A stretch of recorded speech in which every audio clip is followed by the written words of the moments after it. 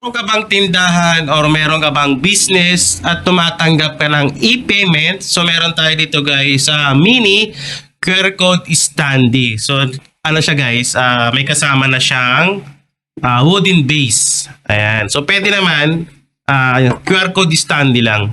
Ito. Wala siyang kasamang wooden base. Ito lang mismo. So pwede mo siyang idikit kung saan mo siya gustong ilagay dyan sa tindahan mo. So maganda to guys sa mga mayroong sari-sari store o kahit anong business naman, basta tumatanggap ng e-payment kasi ini-scan na lang yung QR code ng mga customer. Ayan, so ganito. Ang size nito ay 4 by 5.5 inches yung pinaka-size natin. So, mini QR code. So, meron namang A4 size. So, depende na lang din sa size. So, ito yung pinapakita natin ay mini. Ayan. So, may kasama na siyang wooden base niya. So, itong wooden base natin, na-adjust to. Ayan. Tulad nito. Ayan. So, pwede mo siyang i-adjust ng mas naka-angle. Ayan, no? Diba? Ayan o. Ayan. So, naka-angle siya. Pwede mo siya adjust. Ayan. Depende doon sa paglagay mo. So, meron tayo ditong Shopee Pay. So, kahit anong e-wallet naman guys, pwede naman yan. Pwede kayo mag-request. So, mag-message lang kayo sa akin.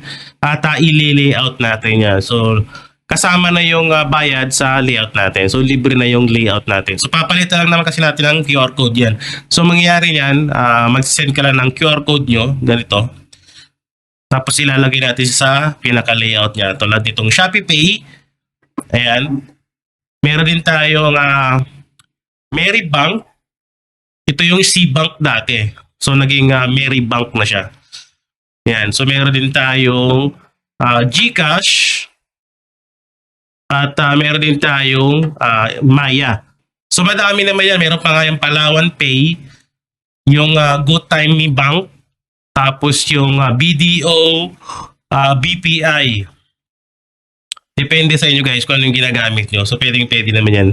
So gagawan natin siya ng mini QR code standee. Ayan. So maganda to. Ilagay nyo lang siya sa lamesa o yung pinaka front desk nyo ayan, sa tindahan. So i-scan na lang ng customer nyo yan. Diba? So, mas convenient siya kasi maliit lang na space yung kailangan. Ayan o. Diba? Pwede nyo siyang ilagay sa pinakadulo ng lamesa nyo. I-scan na lang siya ng customer nyo. So, message na lang kayo guys kung gusto nyo mag-order or click nyo na lang yung link dyan sa description natin. Okay? Sa description natin, andyan yung pinaka-details natin or sa comment section. So, click nyo na lang yan kung saan makakabili ng mini QR code standee natin na may kasama ng wooden base or di naman kaya ito lang. Yan. So magkaiba kasing presyo niyan. So murang-mura lang naman to. Ayun no, 'di ba? So check niyo na lang sa ating link diyan sa ating orange app or sa black app natin kung saan siya makaka-order ng ganito. Mini QR code standee.